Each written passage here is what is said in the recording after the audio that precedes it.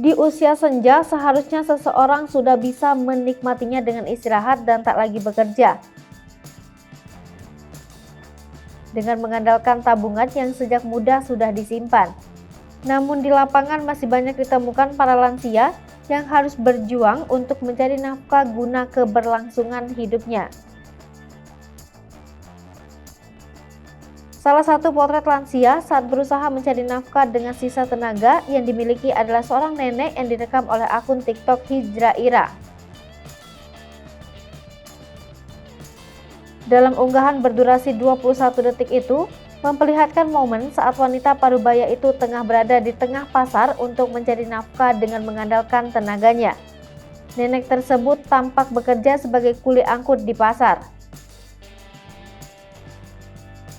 Dalam video tampak si nenek tengah menunggu seseorang yang tengah berbelanja, yang kemudian menggunakan tenaganya untuk membawakan belanjaan yang sudah dibeli. Setelahnya, nenek yang mengenakan baju berwarna merah itu tampak membawakan belanjaan salah satu wanita dengan cara digendong dan diletakkan menghadap ke depan.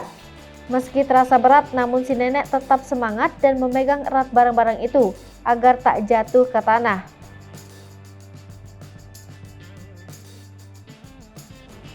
Sungguh potret tersebut berhasil membuat siapapun begitu tak tega melihat dirinya yang masih berjuang. Banyak di antaranya yang memberikan komentar bagi sang nenek agar tetap diberikan kesehatan dan kelancaran rezekinya.